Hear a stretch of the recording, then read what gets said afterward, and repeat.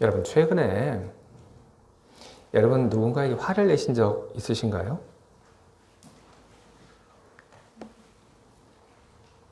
다들 없으신 것 같군요. 근데 여러분, 화를 내시고 난 다음에 혹시 화낸 것이 미안해서 선물을 하신 분 계신가요? 없으시군요. 우리 교회 오늘 예배 드리러 오신 분들 중에는 화를 낸 다음에 그게 너무 미안해서 그래서 선물을 하신 그런 분이 한 분도 없지만 간혹 사람들 중에는 잘못한 다음에 선물을 이렇게 준비해서 내미는 그런 경우가 있습니다. 뭔가를 크게 잘못해서 그래서 너무나도 미안하고 용서받고 싶고 그리고 다시 화해를 하고 싶어서 선물을 준비를 하는 그런 사람들 혹은 그렇게 선물을 좀 준비를 해야 할까 그런 생각을 하신 그런 분들 많이들 있습니다. 그런데 선물이 그 준비가 되는 데 있어서 그 선물의 그 값은 보통 내가 잘못한 그 잘못의 크기에 비례합니다. 내가 크게 많이 잘못을 하게 되면 그러면 뭔가 좀 선물을 할 때도 작은 것이 아니라 좀 크고 좋은 것을 선물을 하려고 합니다. 그래야지 내가 잘못한 것에 대해서 용서를 좀 받을 수 있을 것이다. 그렇게 생각을 하기 때문에 그렇습니다. 그런데 여러분, 선물을 받는 입장에서는 어떨까요? 어떤 사람이 나한테 화를 냈습니다. 혹은 어떤 사람이 나한테 잘못을 했어요. 근데 잘못을 한 다음에 그냥 나한테 와서 어떤 선물을 내밀고 용서를 청하고 그리고 화해를 청합니다. 나쁘진 않죠. 그런데 그 사람이 그 선물을 내밀면서 그 사람이 자기가 뭘 잘못했는지 그것을 인지하지 못하고 그냥 선물만 내민다면 어떨까요? 그러면 그렇게 내미는 그 선물은 기쁘고 반가운 것이 아닐 겁니다. 뭔가 잘못한 다음에 뭔가 선물을 내미는 것이 아니라 뭔가 억울한 일을 당한 사람의 그 입장에서는 나에게 화를 내거나 어떤 잘못을 한 사람이 선물을 내미는 것보다 먼저 자기가 뭘 잘못했는지 알고 그리고 달라진 모습으로 다가오기를 바랍니다. 그게 보통 우리 마음인 것이죠. 오늘 우리가 함께 읽고 있는 이 성경 말씀이 바로 그런 상황을 이야기를 하고 있는 것입니다. 오늘 이 미가서를 보게 되면 이스라엘 백성들이 살면서 하나님 앞에서 어떻게 그들이 생활하면서 살았는지에 대한 이야기들이 등장을 합니다. 성경 말씀을 보게 되면 이스라엘 속에서 권력을 가진 사람들이 자기가 가지고 있는 그 힘을 이용을 해서 자기 이속을 챙긴 그런 이야기들이 등장을 합니다. 공동번역으로 2장 1절부터 2장 2절까지 있는 말씀을 읽어보면 이렇게 되어 있습니다. 망할 것들, 권력이나 주었다고 자리에 들면 못된 일만 꾸몄다가 아침 밝기가 무섭게 해치우고 마는 약당들아. 탐나는 밭이 있으면 빼앗고 탐나는 집을 만나면 제 것으로 만들어 그 집과 함께 임자도 종으로 삼고 밭과 함께 밭 주인도 부려먹는구나. 당시 권력을 가진 사람들이 어떻게 생활을 했는지를 잘 보여주는 그런 성경 말씀인 것입니다. 권력자들이 참 많은 나쁜 일들을 했습니다. 자기가 가지고 있는 그 힘들을 이용해서 착취하고 그리고 자기 마음대로 또 자기 욕심을 따라 사는 그런 생활을 해 나갔습니다. 근데 보통 제대로 된 사회라고 한다면 권력자들이 자기 가지고 있는 그 힘을 남용을 해서 살아가게 된다면은 그때 그 권력자들이 하는 그런 잘못을 제재하는 그런 수단이 제대로 작동을 하기 마련입니다. 사법제도인 것이죠. 그런데 이 미가 선지자가 활동을 할 그 당시에는 그런 사법제도가 역시 제대로 작동하지 못했습니다. 권력을 가지고 있는 사람들, 그 사람들이 그 잘못을 지적하고 고발하고 그리고 그 사람들이 그 잘못을 처벌해야 할 그 사법제도가 제대로 작동하지 못했는데 그 이유가 무엇인가? 성경의 이야기를 이렇게 이야기합니다. 재판관들이 뇌물을 받아먹었다. 그래서 재판관들이 뇌물을 받아먹고 그리고 그 뇌물을 받아먹은 그 재판관들이 멋대로 억울한 선고를 내렸다. 미가서 7장 3절에 나오는 그런 말씀입니다. 자, 여러분, 이런 사회에 사람들이 살기 어떨까요? 참 어렵죠. 괴롭죠. 희망이 없죠. 근데 사회 속에서 권력을 가진 사람들이 이렇게 자기 욕심대로 살아가고 그리고 그런 사람들을 제재할 수 있는 그런 사법제도가 제대로 작동하지 못한다 하더라도 종교가 제 역할을 하게 되면 그래도 그 사회는 힘이 있습니다. 예를 들어서 우리는 다윗이 이 우리아의 아내 밧세바와 간음을 하고 나서 우리아를 죽음으로 내몬 그 이야기를 우리는 알고 있습니다. 성경에 그 이야기가 기록되어 있는데 그런데 다윗이 그런 악한 일을 했는데 사람들이 그 일에 대해서 다윗에게 어떤 말도 하지 않습니다. 비난도 하지 않고 그리고 책임을 추궁하지도 않습니다. 왜 그런 걸까요? 다윗이 간음한 것을 몰라서 그랬을까요? 아니면 다윗이 이 우리아를 죽음으로 내몬 것을 사람들이 몰랐기 때문에 몰라서 침묵하고 있었던 것일까요? 그렇지는 않죠. 모를 수가 없습니다. 우리아를 죽음으로 내몰라는 그 명령을 받은 사람도 있었고 그리고 그 명령을 그대로 수행한 사람들도 있습니다. 그런데 그 사람들이 아무 이야기하지 않습니다. 그것은 다윗이 잘못한 것을 몰랐기 때문에 사람들이 침묵하고 있었던 것은 아닙니다. 그 이야기를 하게 되면 자기에게 해가 돌아올 것 같으니까 다들 알면서도 모른 척 했던 것이죠. 그런데 다윗의 이야기를 보게 되면 모든 사람들이 입을 닫고 모른 척하고 넘어가고 있는 그때에 다윗에게 나단 선지자가 와서 다윗의 잘못을 고발하는 그런 이야기가 성경에는 나옵니다. 다윗에게 와서 나단 선지자가 그의 잘못을 고발함으로 다윗의 잘못이 드러나게 되죠. 그리고 다윗의 잘못만 드러나는 것이 아니라 다윗의 그 측근들이 그 잘못 역시 그대로 다 드러나게 됩니다. 정의가 세워지게 되는 것이죠. 그것을 본 백성들이 마음이 어떨까요? 속이 다 시원하게 되죠. 알고도 뭐라 이야기하지 못했는데 그런데 선지자가 와서 잘못한 것을 폭로해버리니까 얼마나 백성들이 그 속이 시원하겠습니까? 그리고 그 일을 통해서 무너져가던 그 정의가 그 당시에 다시 세워지게 되었던 것입니다. 이것이 바로 종교가 수행하는 역할 가운데 하나입니다. 종교만 제대로 정신을 차리고 있어도 그 사회는 타락하지 않습니다. 하지만 미가 선지자가 활동할 그 당시에 종교는 이렇듯 사회를 이끌어갈 그 힘을 잃어버리고 말았습니다. 이것저것에서 악을 행하고 그리고 사회가 썩어져 가는 것을 보면서도 그 당시의 종교계는 어떤 반응도 보이지 않았습니다. 그 종교계가 보였던 반응은 대략 두 가지였는데 하나는 무관심하거나 아니면은 정치, 경제 그리고 사법 제도와 유착해서 종교 권력을 만들고 그리고 그 종교 권력이 가져다 주는 그 달콤한 것에 빠져서 살아갔던 것.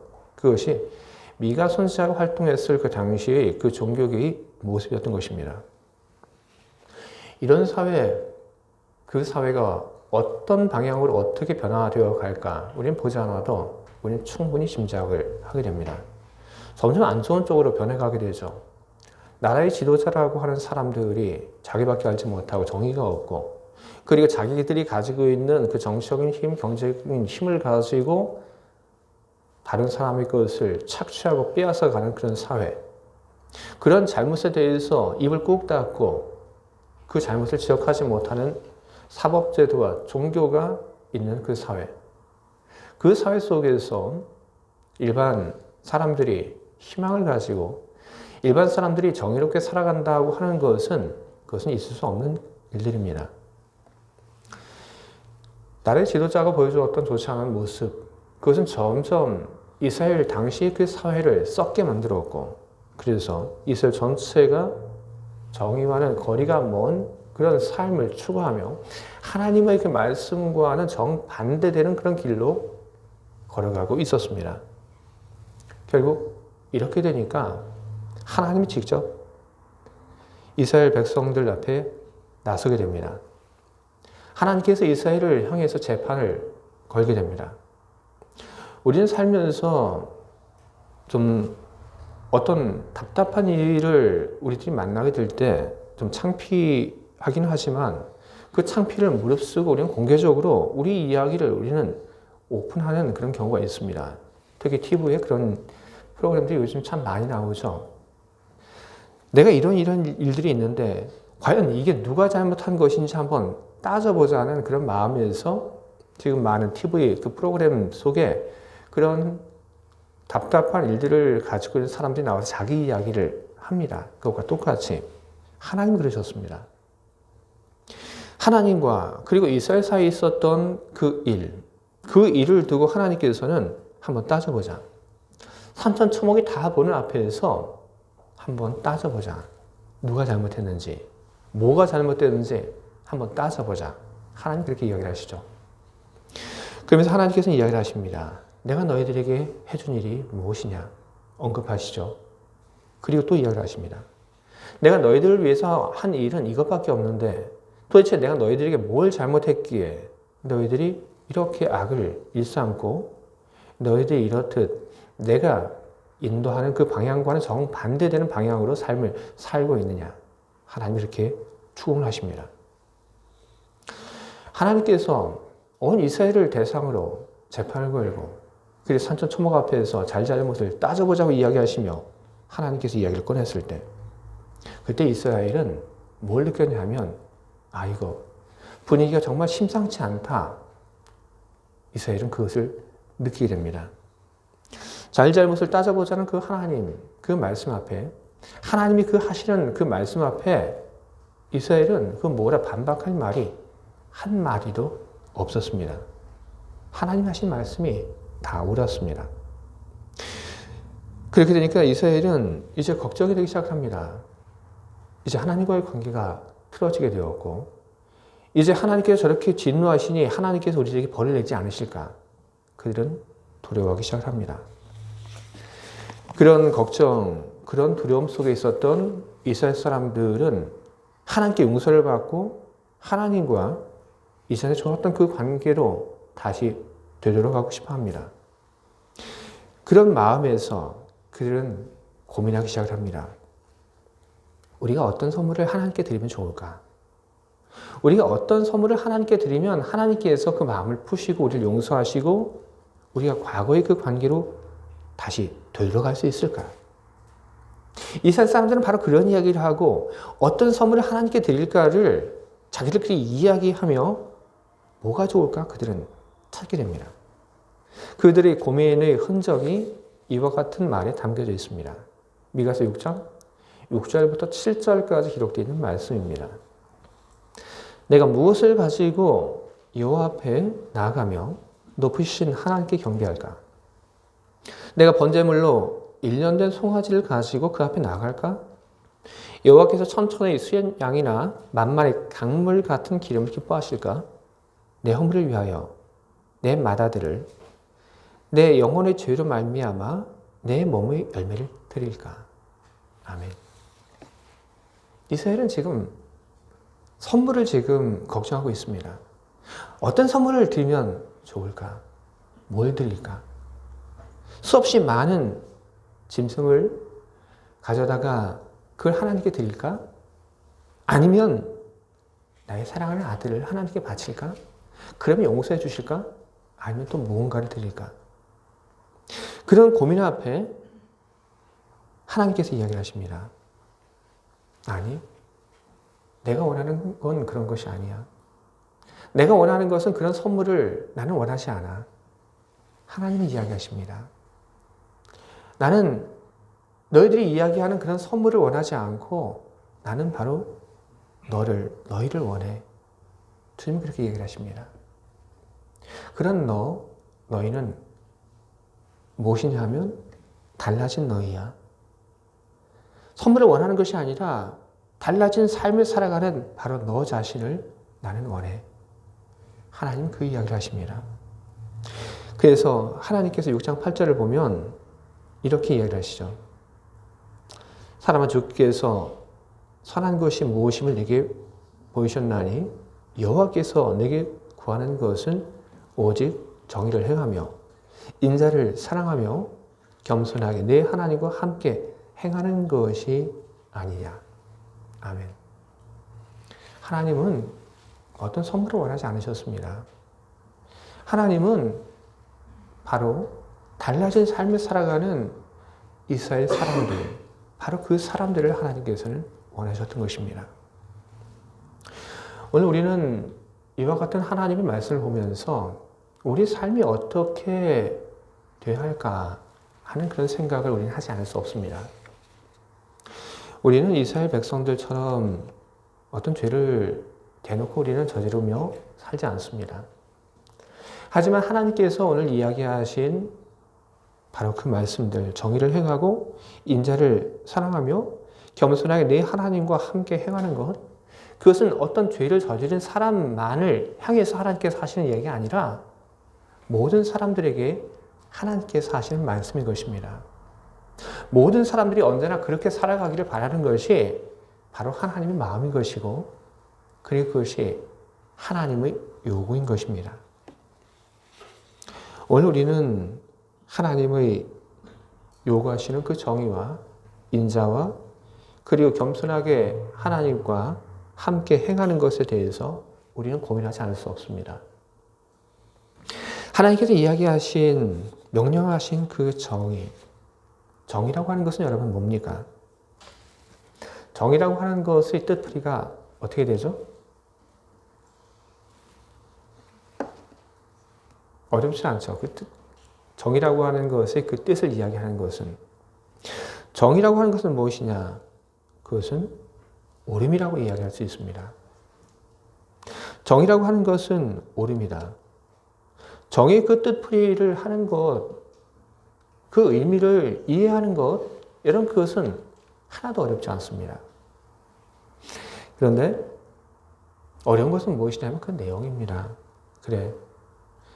그래서 우리가 정의를 위해서 우리가 뭘 해야 되는가?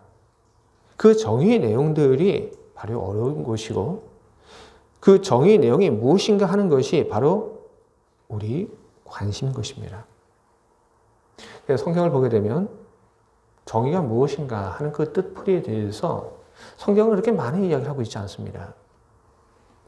정의가 무엇인가에 대해서 성경은 이야기를 하지 않고 대신 정의라고 하는 것이 어떤 것인지 그 내용에 대해서 성경은 참 많은 이야기를 하고 있습니다. 구체적으로.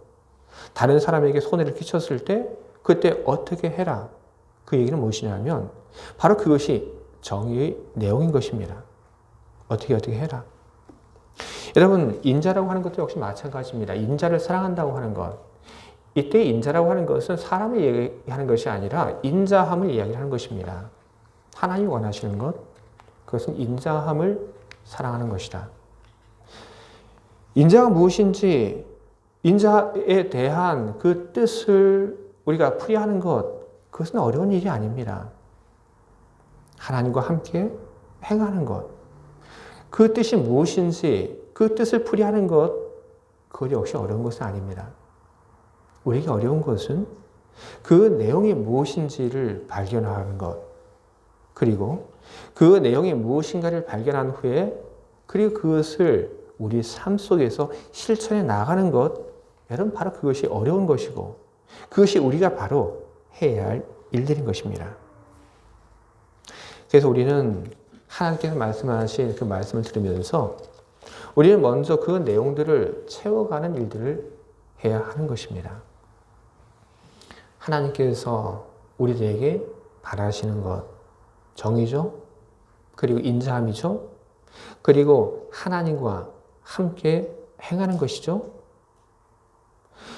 우리는 이것을 우선은 개인적인 삶의 영역에서 우리는 그것이 무엇인지를 우리는 찾고 우리는 답할 수 있어야 하고 우리는 그 내용들을 우리는 찾아 그 내용들을 우리는 붙잡고 살아가야 할 것입니다.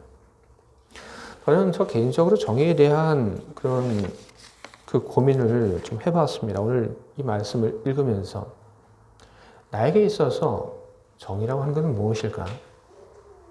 지금과 같은 그런 세상 속에서 내가 지금 이뤄가야 할 정의라고 하는 것은 무엇일까? 저는 이 하나님의 말씀 앞에서 제 개인이 실행해 가야 할 그 정의가 무엇인지에 대한 그런 고민을 저는 참 많이 했습니다. 그리고 그 고민 속에서 저는 내가 추구해야 할 그 정의라고 하는 것, 그 가운데 하나가 바로 이 교회 속에서 내가 해야 할 그런 역할과도 연결되어 있는 것이며, 그것은 바로 내가 이 교회 안에서 추구해야 할 내 개인의 그 정의라고 하는 것은 교회를 사유하지 않는 것이다 하는 그런 생각을 저는 많이 했습니다. 교회가 저희 교회가 아니죠. 제가 목사라고 해서 이 교회가 저희 교회가 될 수는 없죠. 늘 제가 경계하고 제가 하지 말아야 하고 그리고 조심해야 되는 것이 바로 그런 것이죠. 여러분 모두 역시 마찬가지일 겁니다. 여러분의 삶의 그 개인의 그 자리에서 여러분들이 해야 할 그 정의가 여러분 있습니다. 여러분이 있는 그 삶의 그 자리에서 내가 이루어가야 할 그 정의가 무엇인지 여러분 고민하지 않았다고 한다면 여러분 지금부터라도 여러분 그걸 고민하시기 바랍니다. 왜냐하면 그것이 하나님께서 여러분들에게 지금 원하고 그리고 하나님께서 지금 기다리고 있는 그런 일들이기 때문에 그런 것입니다. 우리는 하나님께서 나 개인에게 원하시는 정의가 무엇인지, 인자함이 무엇인지, 그리고 하나님과 함께 행하는 것이 무엇인지 우리는 그것을 찾는 일들을 우리는 계속해 나가야 하는 것입니다. 그래야지 그 내용이 채워지게 되는 것입니다. 그러나 이 정의와 인자함, 하나님과 함께 행하는 것이 무엇인지에 대한 그 내용을 채우는 것은 항상 개인적인 그런 삶의 자리에서만 일어나고 있는 일들은 아닙니다. 우리 교회 공동체 안에서도 우리가 함께 이뤄가야 할 그 정의 내용들이 있고 그리고 인자함의 내용들이 있고 하나님과 함께 행하는 것이 무엇인지 그것을 말하는 내용들이 있게 마련인 것입니다. 우리 교회 안에서 우리가 이루어가야 할 정의는 뭘까요? 저는 우리 교회 안에서 우리가 함께 이루어가야 할 정의, 저는 그 정의 가운데 하나, 그것은 우리 교회가 세속화되지 않는 것이라고 저는 그렇게 믿고 있습니다. 소금이 자기 그 짠맛을 잃어버리면 안 되죠. 교회도 역시 여러분 그렇습니다. 교회가 세상의 것을 쫓아가다가 교회의 그 가장 중요한 그 본질을 잃어버리게 된다면 그러면 그것은 더 이상 교회라고 할 수 없을 것입니다. 교회가 복음을 붙잡고 그리고 그 복음 안에서 살고 그리고 그 복음을 전하는 일들을 등한시하며 살아가게 된다면 그러면 그것은 더 이상 교회의 올바른 모습이라고 할 수가 없는 것이죠. 그래서 오늘 우리들이 이 교회 안에서 함께 이루어가야 할 그 정의가 무엇이냐 하면 교회가 세속화되지 않도록 하는 것, 그와 같은 흐름에 대해서 저항하고 싸워가는 것, 바로 그것이 오늘 우리가 이루어가야 할 정의의 내용 가운데 하나입니다. 우리 교회, 저와 여러분이 함께 이곳에서 이루어가야 할 인자함은 또 뭘까요? 오늘 우리 교회가 함께 이루어가야 할 인자함, 저는 그것을 복음을 전하는 선교라고 저는 그렇게 믿고 있습니다. 죽어가는 영혼들, 예수 그리스도를 믿지 않고 죽게 되면 여러분 어떻게 됩니까? 지옥 가죠? 우리는 요즘 그런 얘기를 잘 안 합니다. 예수 그리스도를 믿지 않고 죽으면 지옥 간다는 얘기를 안 하고 우리는 천국이라는 얘기도 잘 안 합니다. 그러나 여러분 실상 어떻습니까? 천국이 있죠? 지옥이 있죠? 왜 오늘 우리들이 이곳에 와서 예배를 드리고 왜 우리들이 예수 그리스도를 우리가 믿고 그의 사람으로 살아가고 있습니까? 죽어서 천국 가기 위해서 우리는 예수 그리스도를 믿고 있는 것입니다. 우리가 다른 사람들에게 가장 인자할 수 있는 것은 무엇입니까? 죽어서 지옥 가게 될 그 사람에게 복음을 전해주는 것, 알려주는 것. 그래서 그 사람이 그 복음을 듣고 하나님의 나라에 들어갈 수 있게 하는 것. 바로 그것이 우리들이 할 수 있는 가장 최고의 인자함인 것입니다. 겸손하게 네 하나님과 행하는 것. 히브리 성경은 겸손하게 네 하나님과 행하는 것을 무엇이라고 적고 있냐면 하나님과 함께 걸어가는 것이라고 그렇게 적고 있습니다. 하나님이 바로 우리의 삶의 일부가 되어야 한다는 그런 이야기를 하고 있는 것입니다. 하나님과 함께 걸어가는 것. 이곳에 모여서 함께 하나님을 예배하고 함께 기도하고 함께 일해가는 것. 그리고 주님이 주신 그 소명을 붙잡고 함께 수고하고 땀 흘리는 것. 여러분 바로 이것이 오늘 우리 교회 공동체가 하나님과 함께 걸어가는 그런 모습이고 방법들인 것입니다. 여러분 정의와 인자함 그리고 주님과 함께 걷는다고 하는 것이 무엇인지 그 내용이 채워졌다고 한다면 우리는 그것을 수행해 나가야 하는 것입니다. 그냥 정의가 무엇이고 그리고 인자함이 무엇이고 그리고 주님과 함께 걷는다는 것이 무엇이구나 하는 것을 아는 데서 그친다고 한다면 여러분 그것은 아무런 의미도 없고 그 어떤 변화도 우리 삶 속에서는 우리 교회 안에서는 나타나지 않습니다. 하나님이 원하시는 것 그것은 하나님이 원하시는 것이 도대체 무엇인지를 우리들이 발견하고 그리고 그것을 우리들이 우리의 삶 속에서 실천해 나가는 것 바로 그것이 하나님께서 우리들에게 원하는 것입니다. 여러분 오늘은 종교개혁 주일입니다. 종교개혁이라고 하는 것은 잘못된 것을 고치는 그런 전환점이었습니다. 잘못된 것을 고치는 그것은 쉬운 일은 아닙니다. 종교개혁 그 일에 참여했던 사람들 얼마나 많은 큰 용기가 필요했습니까? 결단했겠죠? 그리고 용기와 결단을 가지고 잘못된 것을 바꿔 나가야겠다라고 마음먹은 그 사람들은 종교개혁이라고 하는 그 일을 수행하면서 수없이 많은 어려운 일들을 그들은 만났습니다. 하지만 그들은 포기하지 않고 종교개혁이라고 하는 그 일들을 그들은 끝까지 수행해 나갔습니다. 바로 그런 것들이 종교개혁주의를 맞이한 오늘 우리들이 배워야 하는 그런 것입니다. 용기와 결단. 그리고 그 용기와 결단 속에서 가야 할 그 방향을 잡고 포기하지 않고 끝까지 그것을 도저히 제천하는 바로 그것. 바로 그것이 오늘 우리들이 해 나가야 하는 일들인 것입니다. 여러분 종교개혁을 위해서 수고한 사람들. 그 사람들이 수는 얼마 되지 않지만 그 사람들이 얼마나 많은 영향을 세상에 주었는지 여러분 한번 기억해 보시기 바랍니다. 그 사람들이 했던 그 영향력들, 그들이 했던 그 업적들, 바로 그것이 이후에 바로 우리 미래가 되기를 바랍니다. 주의 사랑하는 교회 여러분, 하나님께서는 우리가 정의와 인자함, 그리고 주님과 동행하는 삶을 살기를 바라고 있습니다. 주님께서 우리들에게 말씀하신 정의가 무엇이고, 인자가 무엇이고, 그리고 주님과 함께 걸어가는 것이 무엇인지 그 내용을 여러분 늘 채워가신 여러분들이 되시길 바랍니다.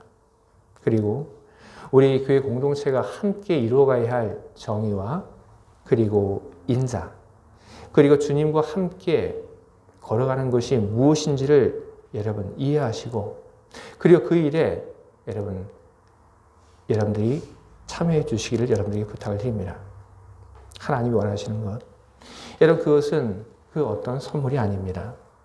하나님이 원하시는 것, 그것은 하나님의 부르심에 응답하고 주님과 함께 걸어가는 사람들인 것입니다. 하나님께 드리는 그 어떤 선물보다도 하나님이 기뻐하시는 사람들이 되시기를 주님의 이름으로 축원을 드립니다. 아멘.